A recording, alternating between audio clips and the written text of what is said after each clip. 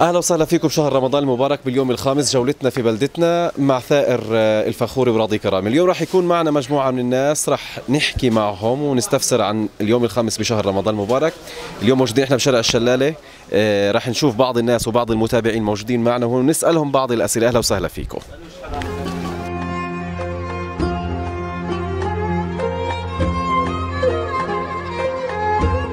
اهلا وسهلا فيكم من جديد. راح ننتقل لبعض الموجودين في منطقه شارع الشلاله بمدينه الخليل او بالبلد القديم محافظه الخليل ونتعرف على اجواء رمضان بشكل عام. يعطيك العافيه ابو بكر. الله يعافيك. امورك كيف؟ الحمد لله. كل عام وانت بخير. انت بالصحه والسلامه. كيف لاقي الوضع بشكل عام والاهل الخليل بالتوافد على البلده القديمه بشهر رمضان المبارك؟ شهر رمضان المبارك في البلده القديمه موسم لهم لاهل الخليل، يعني فيش مشكله عندهم، بيسحبوا حالهم وبنزلوا بيصلي الظهر وبصلي العصر وبروح. بعد ما يخلص الشهر الفضيل بتتفضلوا بكاميراتكم وبتجوا بتتفرجوا وبتسالوا، بس اكثر من هيك بنحكيش. طيب شو برايك، يعني شو السبب اللي بيخلي الناس بس بشهر رمضان المبارك تقبل على البلده القديمه وبعد هيك تترك البلده القديمه وتترك الحرم؟ السبب انه في شيء اسمه عاده وشيء اسمه عباده. فاهم انت؟ في ناس عاده وعباده انه في شهر رمضان بحب ينزل على الاجواء تحت يتفرج، وفي عدم مؤاخذه برضه في اسعار تحت، العروضات اللي تحت كيلو القطايف 4 شيكل مثلا، زي جنيد عنده سعر زي كذا، هذا بتخليهم انهم ينزلوا. بس يعني واحد عنده 10 شباب بده 10 علب شومينات كلفوا لا تحت ارخص بنزل، بس مش اكثر يعني. يا سيدي كل عام وانتم بخير. شكرا، تحياتي.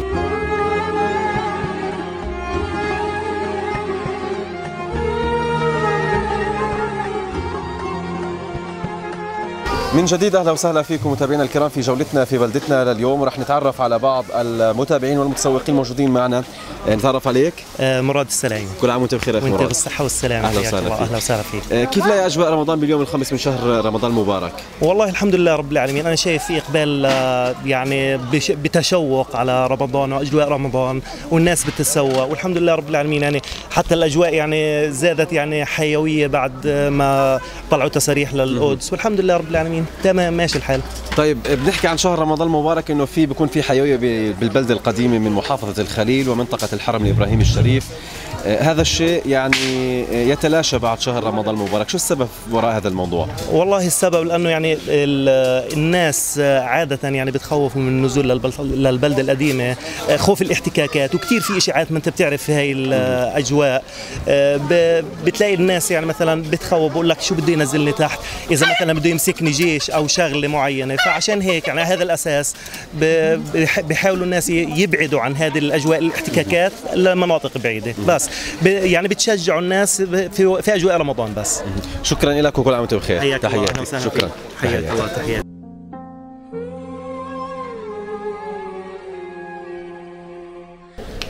اهلا وسهلا فيكم في جولتنا في بلدتنا. مستمرون معكم من داخل محافظه الخليل، بالتحديد من المدينه القديمه او البلده القديمه من محافظه الخليل. نحن على مشارفها الان، بالتحديد امام باب البلديه القديم في نهايه شارع الشلاله القديم. الان سننتقل الى بعض المواطنين وبعض المتابعين هنا. تعرف عليك؟ محمد غسان محمد المقودمه. كيفك يا محمد؟ الحمد لله. شو بتعمل؟ والله بنشتغل. يعني شو بتشتغل اليوم؟ خبز. بتبيع خبز يعني؟ كيف الامور معك؟ الحمد لله. وين بتبيع؟ بالبلدة القديمة. كيف لها الحركة؟ الحمد لله. بتبيع بغير رمضان ولا بس برمضان او بالعطلة الصيفية؟ بكل الايام بنبيع الحمد لله. حركة رمضان بتختلف عن حركة قبل رمضان؟ اكيد. هذا مين افضل بيكون؟ رمضان. شو السر؟ السر؟ الناس هيك، ناس مليانة تجي طيب ليش بوجهة نظرك الناس بس بتنزل بشهر رمضان على المنطقة القديمة؟ لأنها تعيش ذكرياتها بتروح تصلي بالحرم. أو شيء دائما بنروح نصلي بالحرم، بس يعني أكثرية الناس كلها بتروح تقضي كل وقتها بالحرم. صحيح. شو كمان أحكي لك؟ بس يعطيك العافية. شكرا، يعطيك العافية. مرحبا. مرحبا. كيف حالك؟ الحمد لله. شو اسمك أنت؟ عمر. كل عام وأنتم بخير. أنت بخير. من أي عيلة يا عمر؟ درافيشة. درافيشة؟ وين سكان وين؟ بالخليج. بالخليج نفسها؟ كل الاحترام. شو جاي تعمل اليوم؟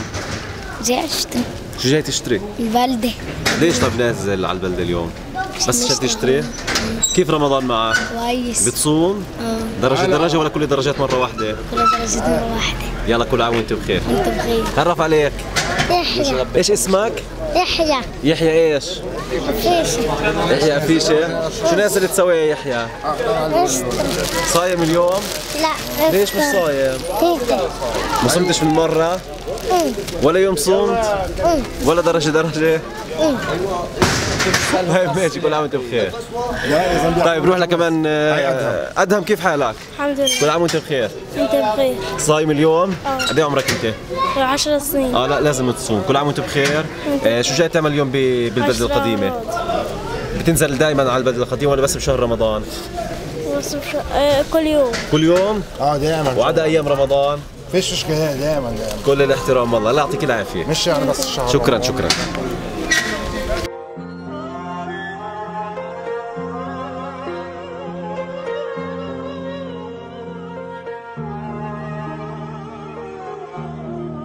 اهلا وسهلا فيكم من جديد متابعينا الكرام في جولتنا في بلدتنا. اليوم رح ننتقل واياكم الى باب البلده القديمه او البلديه القديمه، ورح نتعرف على بعض الناس الموجودين في البلده. مساء الخير، يعطيك العافيه، كل عام وانتم بخير. علينا، كل عام وانت بخير يا حبيبي. نتعرف عليك.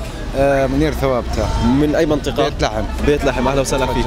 اليوم جاي من مدينه بيت لحم لمدينه الخليل، شو الشيء اللي خلاك تيجي للبلده القديمه بالتحديد؟ الحرم الابراهيمي والاحتلال المسيطر على المنطقه داخل الحرم الابراهيمي. فمن يعني نعطي نداء للمواطنين انهم دائما باستمرار يتوجهوا للمنطقه في الخليل، للحرم الابراهيمي وللمنطقه ما تسمى بخزق الفار او البلده القديمه. يعني عشان الناس تتحرك والاحتلال يعرف انه الطفل الصغير والكبير ما بنسى الحرم الابراهيمي ولا بنسى الوطن تبعه. صحيح. طب لو حكينا احنا عن اجراءات الاحتلال، يعني مثلا بنشوف في منطقه باب البلديه القديمه مجموعه كبيره من الجيش الاسرائيلي موجود، يعني متاريس عسكريه، ابراج مراقبه، اعلام اسرائيليه موجوده. هل هذه المواضيع كلها تثني المواطن الفلسطيني للوصول الى منطقه البلده القديمه او قلب المدينه بالخليل؟ نهائي لا تثني اي انسان. يعني الانسان لازم يتحدى الاحتلال ويتحدى كل شيء وينزل على البلدة القديمة وينزل الحرم ويظل متواجد باستمرار. المواطن الفلسطيني يظل متواجد باستمرار في داخل البلدة القديمة وفي داخل الحرم الإبراهيمي، لأن الاحتلال معني بعدم وجودنا داخل البلدة القديمة أو الحرم الإبراهيمي. فنطلب من المواطن الفلسطيني ومن المواطن الخليلي بالاحرى اللي متواجد في الخليل باستمرار يكون متواجد في البلده القديمه وفي الحرم الابراهيمي. شكرا لك، كل عام حياك الله وانت بالف خير. حياك الله.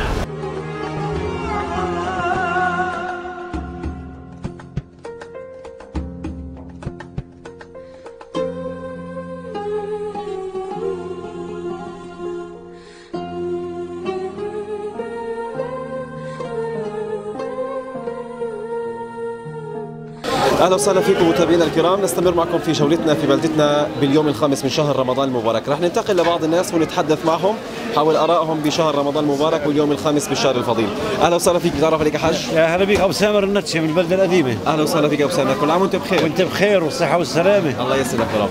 ابو سامر، بنحكي عن اجواء رمضان يعني موجوده وواضحه للجميع، حركه ناس يعني منيحه، بذكرنا بايام الخوالي، بذكرنا في ايام زمان. بالضبط. بس بتاسف على هالناس اللي بتنزل. ليش؟ شو المشكله؟ لانه بعد العيد بنفقدهم ما بنلاقيهم. يعني بتلاقيهم نازلين افواجا على الحرم، اللي لابس له دجلاشه وحامل السبحه، واللي بقول لك رحت على الحرم، واللي بقول لك نزلت شريت قضايف من البلده وخبز. طب يا اخي ما دام شريت قضايف وخبز تقدر تنزل كل يوم، بعد العيد انزل واشتري لو بشيكل. يعني هذا الشعار، اشتري لو بشيكل من البلده وحي البلده. اقول لك تشتريش صحيح. بس انزل وروح صلي وخذ اولادك ورجيهم دار ابوك ودار جدك وقول لهم هون كنا عايشين. طيب شو المشكله تكون في الناس؟ ليش ما بتنزلش بعد رمضان؟ الناس اتكاليه بتشتري من برا وبتضل طالعه. بنزلوا في رمضان بس عشان يضيعوا وقت، مش عشان التسوق. بنزلوا عشان الجبريني ببيع بسعر جمله، عشان القضايف 5 شيكل الكيلو، عشان الخبز ارخص شويه. هيك بنزلوا. اما بعد العيد بننزل على البلده، بننزل من الدار بنطلع بنقول وين راحت الناس؟ مش زي الصح. فانا بقول والله قلتهم اشرف. لانه يا بنزل دائما وبيخدم هذه البلده وبيخدم هذه البلده لانه هذه بلده ابائه واجداده. صحيح. اذا ما خدمها وما مشى على الارض اللي الطاهره هذه معناته اليهود اخذتها وراحت. فانا بقول للناس بناشدهم وبقول لهم يا ناس اصحوا، البلده في خطر والبلده عمالها تتهود لليهود.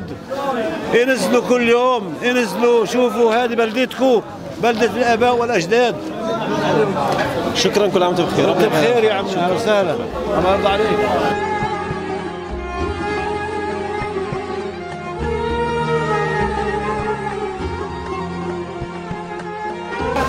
اهلا وسهلا فيكم متابعينا من جديد. لازلنا واياكم في جولتنا في بلدتنا. وصلنا الى منطقه البلده القديمه بالتحديد امام خز الفار في البلده القديمه من محافظه الخليل. الان سننتقل لاحد الاخوه هنا. يعطيك العافيه حاج، كل عام وانتم بخير. اهلا وسهلا، الله يزيدك عافيه. نتعرف عليك بدايه. الصحه والسلام. انا ابو الشهيد نضال الفاخوري، محمد صبحي الفاخوري. اهلا وسهلا فيك حاج. انت لك محل تجاري هون؟ ايوه، بياع عطايف. اهلا وسهلا فيك. كيف لاقي الحركه اليوم بشهر رمضان المبارك باليوم الخامس؟ تعبان بشكل، يعني ما فيش الا لقيت يعني بعد العصر عند المغرب يعني حركه شويه، يعني ناس ولا يعني لي 53 سنه احنا بنشتغل عطايف هون. يعني قبل 53 سنه بنشتغل في شيء، يعني العام والسنه تعب على الاخر. بدون ما يفتحوا شارع الشهداء والسهله ما بصير الشغل ابدا. طيب انت لاقي انه الناس في حتى بيكون في تواجد بشهر رمضان المبارك، بعد شهر رمضان المبارك ما بيكون في ناس؟ ما فيش من مره. لانه السبب لانه مسكر البلد، الشارع مسكر، بس لو يفتحوا شارع السهله هون من هون على السهله بصير الناس فوق بعضهم. طب بتلاحظ انه في تسهيلات من قبل يعني الجيش الاسرائيلي بحركه المواطنين، ولا هي دعايه فقط الجيش بيستخدمها والمواطن؟ لا فيش ولا تسهيلات ولا حاجه ابدا. يعني الوضع مثل ما هو هيك طبيعي.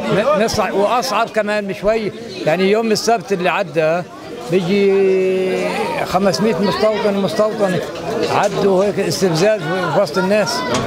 يعني هذا بالعامد هم يعني ابصر شو هدف لهم، يعني بعدوا وسط الناس وبسووا. يلا يا سيدي، كل عام وانتم بخير. وانتم بالصحة والسلامة. اهلا وسهلا.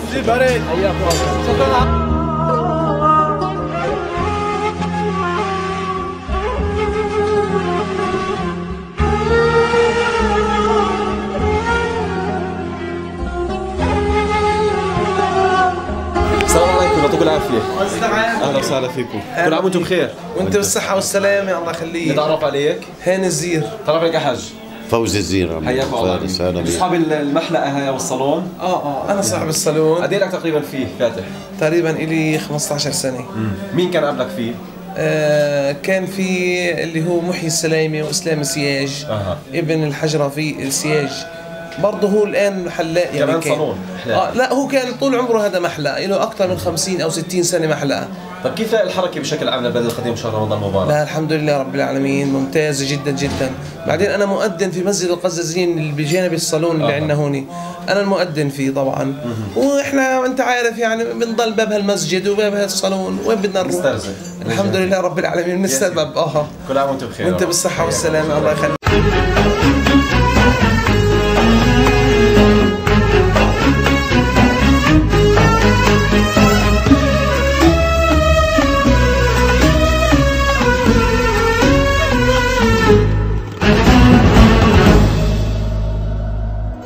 رقت عيناي شوقا ولطيبة ذرفت عشقا، فأتيت إلى حبيبي فاهدأ يا قلب ورفقا، صلي على محمد. السلام عليك يا رسول الله، السلام عليك يا حبيبي يا نبي. هنا الأصالة وهنا العراقة. تاريخ لن ينسى من الشعب الفلسطيني، بالتحديد من أهالي محافظة الخليل. سوق من خلف مغلق ومن جانب سوق آخر مغلق أغلقه الجيش الإسرائيلي بوجه المواطنين الفلسطينيين بشكل كامل. مساع دولية وعالمية لفتح أسواق محافظة الخليل في البلدة القديمة، لكن جميعها باء بالفشل. بالنسبة يعني فاهم، هذا السوق كان في تجار الدقيقين هذول كلهم باقيين فاتحين، اللي يبيع سمك، اللي يبيع دجاج، فهمت؟ اللي هي اسمها منطقة خان شاهين. منطقة خان شاهين. كان يعني الاستيراد لب البلد هي الحسبة وخان شاهين، خزق الفار. يعني هي الخليل. صحيح. فاهم؟ لكن انت هذا يعني بحاصروا فينا، فاهم؟ عمالهم تلف منه وادي الهرية بدك 2 كيلو وهي كلها 5 دقائق. يعني بتلف من وادي الهرية لما تيجي. وكذلك الأمن اللي ساكن فاهم بحارة فلسطين، أنا رأيته إقبالي بلف، فاهم سيدي العزيز، من هوني لهوني. طيب سؤال حج، يعني أنا شايف إنه يعني فيش جيش إسرائيلي هون مش موجود، فيش مستوطنين حوالين المكان بشكل عام. عندك المنطقة مغلقة من الطرف ومفتوحة من الطرف الآخر، ليش أصحاب المحلات يعني حتى هذه اللحظة لم تفتح؟ البلدية. طب ليش المحلات ما بتفتح محلاتها أو أصحاب المحلات؟ بزنقوها، فاهم يا سيدي العزيز. اليوم فاهم يوم السبت اليهود دائما بيطيحوا، فاهم، بيدعوا انه هذه الدار إلهم، بيدعوا هذا إلنا وبيدعوا هذا إليه، فاهم؟ عمال يعني نفس اليهود هم اللي بيضايقوا على العرب، فاهم؟ بس بنحكي بيوم مثل هيك، يعني ما في حركة جيش، ما في مستوطنين، ما في مناطق مغلقة غير المنطقة الموجودة الرئيسية والمدخل الثاني مفتوح، يعني ليش المواطنين ما يصلوا لهي المنطقة؟ عندك باب الحرام، عندك باب الحرام الجيش مسكر، فهمت؟ عندك باب البلدية، باب البلدية هي الرئيس، ام البلد وام هذا بتنفذ يعني كل المنافذ، فهمت؟ من الجراج عند الشهداء، فهمت؟ عمالهم، فاهم؟ عندك رميدة بزنقوهم وبزهقوهم، اللي على اساس يعني الموساد الاسرائيلي، فاهم، يشتغل في هذا الشغل. يعني ارحل من عنا، بدناش اياك. وهي هذه الدار داري، يعني هي هذه الدار دار مين؟ دار اليهود؟ مش لليهود. يعني بتيجي تمنعني انه انا اخش انه افتح دكاني، يعني هي هذه، فاهم؟ عندك سكان عرب ودار مع اولادها مع سكانها بيجوا بيضايقوا عليهم، فاهم يا سيدي العزيز؟ مستوطنين. هل انا بشجع المستوطنين؟ نفس الجيش انت فاهم، شفره معكش وبتلاقيه خايف منك. حسبنا الله ونعم الوكيل. الاخر حسبنا الله ونعم الوكيل. بس يا زلمه داري انا وارضي وارض جدودي، ما اخذش راحتي فيها. هذا مش صحيح، فيش وطنيه اساسا، مش وطنيه. والله يا ابن عمي ما في وطنيه، هذه يا زلمه بتحزنني صاير. باقي انت فاهم زي الايام هذه في شهر رمضان الفضيل، باقي تكون خان شاهين في الحاله هذه. صوروا شوف هلا، مش حاله يعني، مش بشريه يا زلمه. اهلا وسهلا فيكم من جديد متابعينا الكرام. راح نكون مع اطفال عاشوا يعني فقط اغلاق منطقه خان شاهين، وراح نتحدث معهم هون في بعض الشغلات اللي بتصير داخليا في هذا الشارع المغلق وهذه المحلات التجاريه المغلقه. يعطيك العافيه. الله يعافيك. كل عام وانتم بخير. وانت بخير. تعرف عليك؟ علي ايش؟ علي عشا. وانت ايش الاسم؟ انا حاتم ابو سنين. عبد الله النصر علي عبد السلام ابو سنين. ما طول اسمك يا زلمه. طيب انت سكان المنطقه هون؟ البلده القديمه. في البلده القديمه. هذا الشارع دائما شايفه مغلق انت؟ عمرك شفته كان مفتوح قبل هيك؟ لا. قد ايه العمر؟ 12. وانت قديش عمرك؟ انا 10. 10 ولا 12؟ 12 خامس. بطلع سادس. ثاني 12. قديش انت عمرك؟ 12 سنه. كل الاحترام. في اعتداءات للمستوطنين على الشارع هذا بالتحديد، شارع خان شاهين؟ كيف بتصير؟ من السطح بصير طبش حجاب على العالم والناس، على البلده القديمه. من وين بيجوا؟ من السطحه؟ من السطوح الجيش من غاد لتحت. من السطوح من السطوح غاد بينزلوا على الشباب عن الدرج على الشارع والشباب ببلشوا يلطخوا عليهم. يعني هم اللي بيعتدوا دائما. شو بتقول باليومين مات واحد؟ مات واحد شبطوه قلعة على السطوح.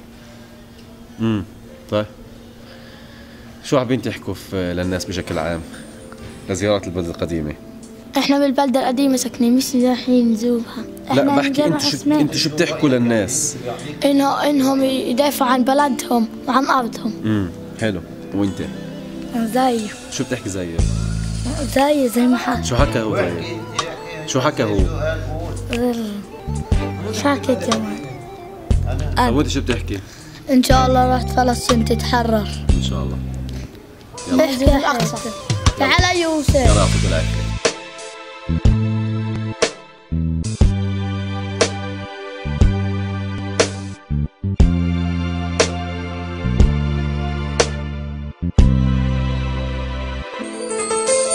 سوف نبقى هنا كي يزول الألم، سوف نحيا هنا، سوف يحلو النغم. سوف نبقى هنا